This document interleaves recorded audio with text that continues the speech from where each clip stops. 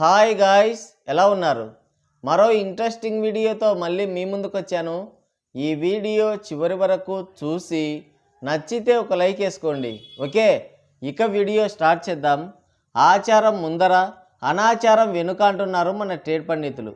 ఇక విషయం ఏంటంటే, వ్యవస్థలోని లోపాలను గుర్తించి ప్రజల ఎమోషన్ని క్యాచ్ చేసుకున్న, ప్రజలు నమ్మని వ్యవస్థ నమ్ముతున్న ఒక నేరస్తుడు కాని నేరస్తుడిని పోలీసులు పట్టుకున్నారు.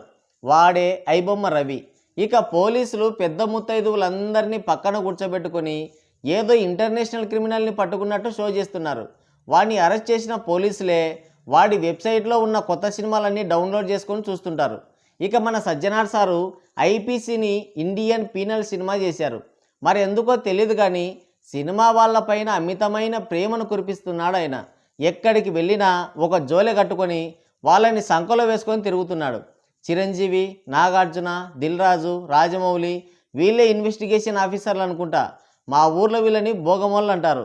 మరి వీళ్ళకి పోలీస్ డిపార్ట్మెంట్కి సంబంధం ఏంటో? ఏ ప్రెస్ మీట్ పెట్టినా సజ్జనార్ సార్ పక్కనే కూర్చుంటున్నారు.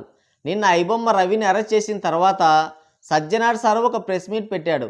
ఏదో అంతర్జాతీయ ఉగ్రవాదిని పట్టుకున్నట్టు ఒకటే ఇంటర్వ్యూలు, ప్రెస్ మీట్లు.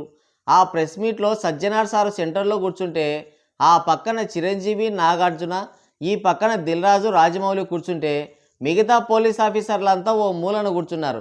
అంటే ప్రోటోకాల్ ఏం లేదు. మామూలుగా ఒక పిక్ పాకెటర్ని పట్టుకున్నా కూడా మధ్యలో సిఐ, ఆ పక్కన ఎస్ఐ, ఆ పక్కన హెడ్ కానిస్టేబుల్, ఇక చుట్టూ కానిస్టేబుల్స్ ఉంటారు. సిఐ కేసు గురించి వాడిని ఎలా పట్టుకున్నారనేది చెప్పి చివరిలో ఎస్ఐని, ఆ పోలీస్ టీంని అభినందిస్తుంటారు. కానీ ఇక్కడ ఎవరు పోలీసో ఎవరిని అభినందిస్తున్నారో క్లారిటీ లేదు. వాళ్ళంతా వచ్చి సజ్జనార్ సార్ వారిని అభినందిస్తున్నారు. మరి అదేం విచిత్రమో. ఓ డబ్బున్న వాళ్ళు సెలబ్రిటీలనా? అలా అయితే వాళ్ళందరినీ కుర్చీలో కూర్చోబెట్టి మిగతా వాళ్ళంతా కింద కూర్చుంటే పోయేది కదా అని సలహాలు ఇస్తున్నారు మన ట్రేడ్ పండితులు.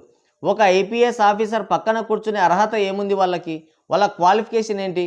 వాళ్ళు బాధితులు, మీరు పోలీసులు. వాళ్ళకి మీకు రిలేషన్ ఏంటి? బాధితులు పోలీసుల పక్కన కూర్చొని ప్రెస్ మీట్ పెట్టడం, బాధితులే పోలీసులని అభినందించడం నేనెక్కడా చూడలేదు. నంది అవార్డు కూడా ఇప్పించుకోండి. ప్రెస్ మీట్ పెట్టడమే కాదు, వీళ్ళు నీతులు కూడా చెప్తున్నారు. మళ్ళీ ఏంటి వాళ్ళ గొప్ప? ఆ నాగార్జున ఎవరు? సగం చెరువుని ఆక్రమించి అక్రమంగా ఫంక్షన్ హాల్ కట్టి 1000 కోట్లు సంపాదించుకున్నాడు. ఆ కన్వెన్షన్ హాల్ కట్టి ప్రజలాస్తిని ఆక్రమించి ఇన్ని రోజులు దొబ్బి తిన్నాడు.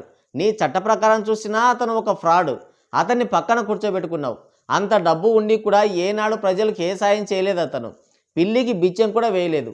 అంత డబ్బుండి కూడా ఇంకా డబ్బు కాంక్షతో ఆ బిగ్ బాస్ షో చేస్తూ యువతని నాశనం చేస్తున్నాడు. ఇదేనా అతని క్వాలిఫికేషన్?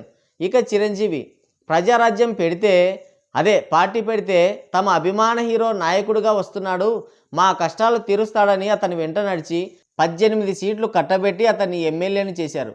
మరికొంతమంది అయితే ఆస్తులు అమ్ముకొని అతని పార్టీలో పోటీ చేశారు. కానీ ఆయన మాత్రం పార్టీని కాంగ్రెస్లో కలిపేసి కేంద్ర మంత్రి అయిపోయాడు. వీళ్ళంతా సంకనాకిపోయారు. అంత పెద్ద పార్టీ నడిపి దాన్ని మరో చోట విలీనం చేసినా ఆయనకు మాత్రం నష్టాలు రాలేదు. ఆస్తులు ఇంకా పెరిగాయి తప్ప తరగలేదు.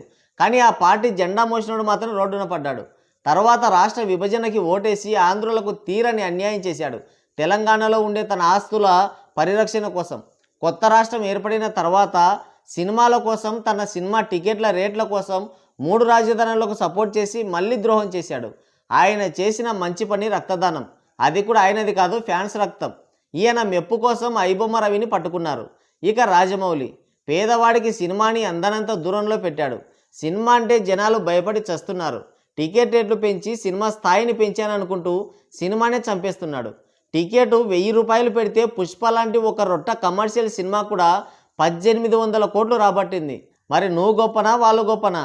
తీసిన సినిమా జనాలకు చేరాలి, అందరూ మెచ్చుకోవాలి. అది సక్సెస్ అంటే. మా దేవుళ్ళపైనే సినిమాలు చేస్తూ బ్రతుకుతూ మా దేవుళ్ళనే అవమానపరుస్తున్నాడు. ఇదే గల్ఫ్ దేశాల్లో ఇలాంటి దైవదూషణ చేస్తే కోసి కారం మసాలా నూరి పెట్టేవాళ్ళు. మేము సచ్చు సన్నాసులం కాబట్టి ఇలాంటి చట్టాలు చేసుకోలేకపోయాం. ఈయన ఐబొమ్మ రవి సంఘసేవ చేయడం లేదు, మీ పర్సనల్ డేటా దొంగిలిస్తున్నాడు అని అంటున్నాడు. జోక్ ఆఫ్ ది ఇయర్ అన్నమాట ఇది. నువ్వు చేసిన సంఘసేవ ఏంది అది చెప్పు ఫస్ట్. పర్సనల్ డేటా దొంగిలించారంటున్నావు కదా, అది మీ సినిమా వాళ్ళ వల్లే పోయింది. బెట్టింగ్ యాప్స్ ప్రమోట్ చేసింది ఎవరు? ఈ సినిమా గొర్రెలే. అప్పుడు పోయింది మా డేటా. అది చెప్పడు. అయినా డేటా పోతే మా దగ్గర పోగొట్టుకోవడానికి ఏముంది? చిరిగిన కట్రాయరు, బొక్కల బనియన్ తప్ప. మేము అంతో ఇంతో సంపాదించుకున్నదంతా మీరు సినిమా రిలీజ్ అయితే దెంగిపోతారు కదా, ఇంకేముంటుంది మా కాడ. మొత్తానికి వీళ్ళంతా చెప్పేది ఏంటంటే వేలకు వేలు ఖర్చు పెట్టి వీళ్ళ సినిమాలు చూడకపోతే వీళ్ళకు నష్టం వస్తుందని చెప్తున్నారు. ఈ క్వాలిఫికేషన్ ఉన్న వాళ్ళేనా సార్ మీ పక్కన కూర్చున్నది? షబ్బాస్ సార్, తొందరగా రిటైర్ అవ్వండి సార్, సినిమా అవకాశం ఏమన్నా ఇస్తారేమో. స్వాతంత్ర్య సమరయోధులు కూడా ఇన్ని కష్టాలు పడున్నారు సార్, ఈ సినిమా వాళ్ళ కోసం మీరు అన్ని కష్టాలు పడ్డారు. మరి అంతా బాగానే ఉంది కానీ సార్, జనాలు ఏమనుకుంటున్నారో తెలుసా? సినిమా వాళ్ళకి బాగా న్యాయం చేస్తారు పోలీస్ వాళ్ళు, మాకు అన్యాయం చేసిన మహానుభావులు ఎంత మంచోళ్ళని పొగుడుతున్నారు సార్. సార్ 3,000 ఇస్తే డ్రైవింగ్ టెస్ట్కి వెళ్ళకపోయినా లైసెన్స్ ఇంటికి వస్తుందంట సార్, తెలుసా మీకు? 100 రూపాయలు ట్రాఫిక్ పోలీస్కి ఇస్తే లైసెన్స్ హెల్మెట్ కాదు సార్, బండికి అయితే లేకపోయినా వదిలేస్తాడంట సార్. అంతేకాదు సార్, వార్డు మెంబర్గా కూడా గెలవలేని అధికార పార్టీ నాయకులకు కూడా పొర్లు దండాలు పెడతారంట సార్. కానీ సామాన్యులను మాత్రం బూటుకాలతో తంతారంట సార్. అమ్మ అక్క అని అన్ని లకారాలతోనే మంచి బూతులు తిడతారంట సార్. ఏంటి సార్ ఇంత మంచోళ్ళు మీరు, ఏంటి ఇంత గొప్పోళ్ళు?